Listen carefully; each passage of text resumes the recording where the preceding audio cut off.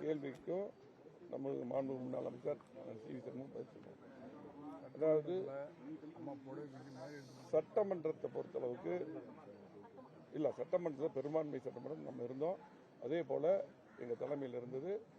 அதுதான் அண்ணன் சொன்னாங்க. அது மட்டும் இல்லை, இன்னைக்கு எல்லா பக்கம் ஊடகங்கள் எல்லாமே என்ன அதிமுக உடைக்கிறாங்க அப்படிங்கிற மாதிரி அவங்க ஒரு ஒரு டீம் வச்சு எலெக்ஷனுக்கு முன்னாடி ஒரு இந்த மாதிரி செயல்பட்டால் பரவாயில்ல, ஒரு ஐடி இங்கே வச்சு இப்படி பண்ணிட்டு இருக்காங்க.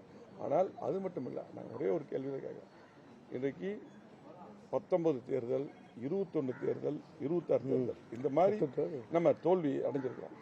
இதை ஆய்வு செய்யறதுக்கு மட்டும்தான் நாங்கள் பார்த்தீங்கன்னா பொதுச் செயலாளர்கிட்ட சொல்லி ஆய்வு செய்யணும், தோல்வி ஆய்வு செய்யணும். அது மட்டும் இல்லை, கட்சி உடைக்கக்கூடிய எண்ணம் எங்களுக்கு இது உயிர் மூச்சு இல்லை. அதே போல் இங்கே பார்த்தீங்கன்னா முன்னாள் அமைச்சர் செங்கோட்டையன், அதே போல் இவரை முதலமைச்சராக உருவாக்குனது அவங்க சின்னம்மா அவங்க தான்.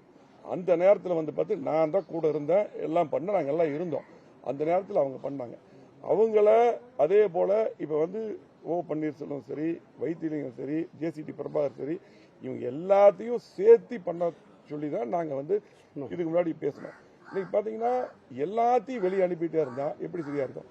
இப்போவும் நாங்கள் தெளிவாக இருக்கிறோம், கட்சி நல்லா இருக்கணும். இப்போ அவர் சொல்லிட்டார், பேசும்போது அவரும் சொன்னார், நாங்களும் சொல்றோம்.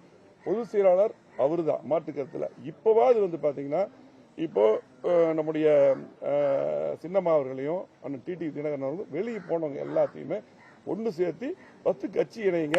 இப்போ இருக்கிறவங்களை பூரா குறை சொல்லி யாரையும் வெளியே அனுப்பாதீங்க. அதாவது ஒரு அம்மா இடத்துல, தலைவர் இடத்துல நீங்க இருக்கீங்க. இப்போ நீங்க சொன்னது என்ன பண்ணது? திமுக எதிர்த்து தான் நம்ம கட்சி.